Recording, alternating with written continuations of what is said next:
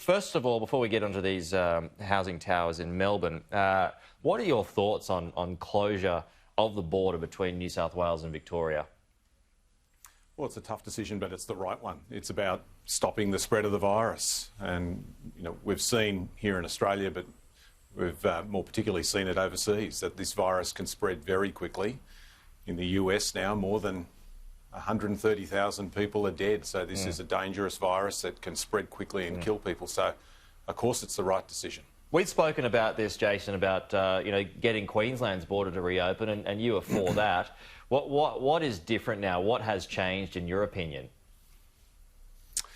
Well, the big backflip here, I think, has been the New South Wales government. They were opposed to a border closure when they were worried about the virus getting out of New South Wales and into another state. Now they're supporting a border closure when it comes to a virus getting into New South Wales.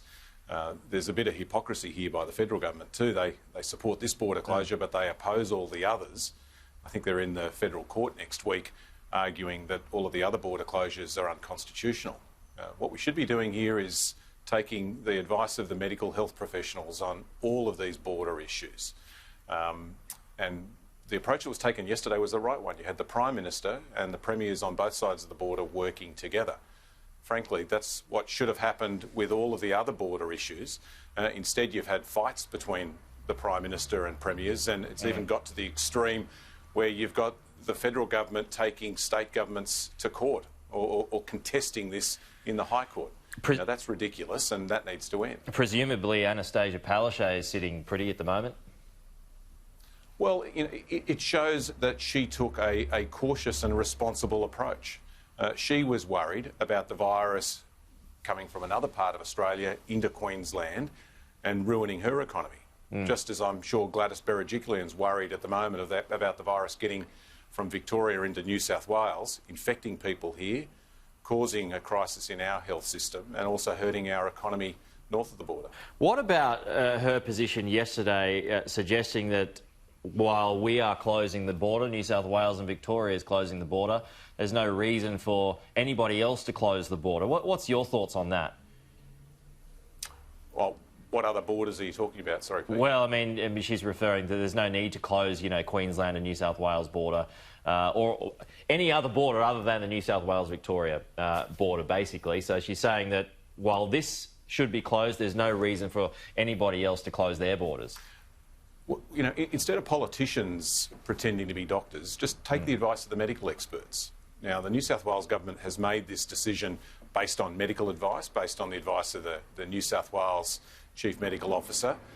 Queensland has done exactly the same. So has WA, so has Tasmania, so has South Australia. I think I've said a couple of times on the program, Pete, that instead of replicating what's happening in the US, where you've got the president attacking governors, what we should have in Australia is the Prime Minister and the Premiers working as a team to resolve these issues. The National Cabinet has done a good job in sorting out lots of tough issues, but it's dropped the ball here where you've got one side of politics attacking the other over border closures for some sort of political advantage. That's not the right approach.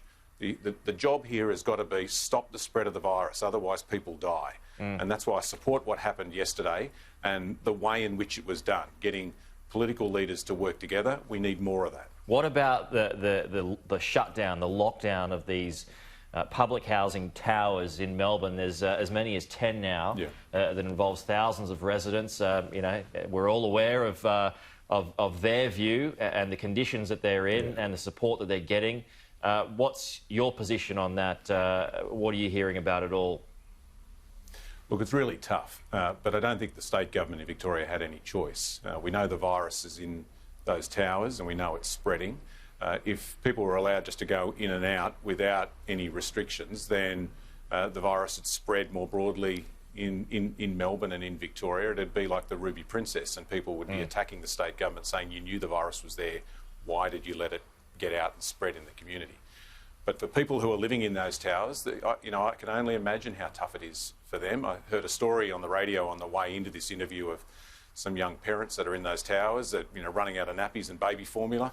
I've got a toddler. I know you've got a little baby less than one. You can just imagine what it's like when you run out of milk or formula or nappies or all that sort of stuff. It could be very frightening, Yeah, and that's just one example. There's people there that need medication, that need a whole bunch of different services. So the challenge now is stop the spread of the virus, don't let it get out into the broader community where people can die, but also make sure that you look after the people that are in the towers that have either got the virus or don't, and need to make sure that we look after them as well. Do you think Daniel Andrews has lost control?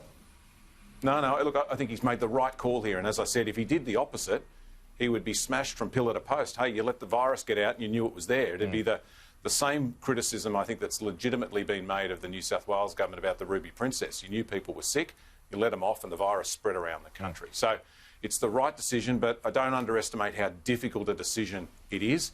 And now the challenge is making sure that we look after the people that are in those towers and make sure that the virus doesn't get out of there. Should he have brought in the ADF, though? I mean, before we got to this point, there was so much criticism about that last week when you had these private security firms that have completely stuffed up. But should the Premier and his government have brought in the ADF to begin with?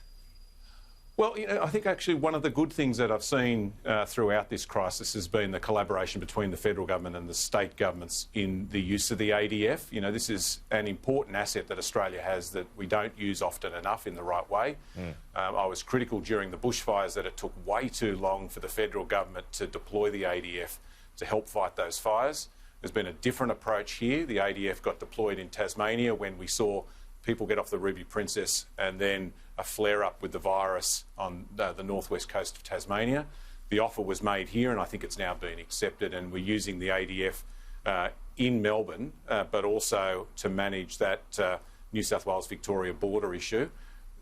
They're going to play a really important role there, Pete. You've got 55 border crossings between New South Wales and Victoria, and the cops on both sides of the border can't do it on their own. So that's a good example of federal-state collaboration. We need to see more of it. Yep. All right, Jason, Clare, we're out of time. Appreciate your time this morning. Thanks for joining us.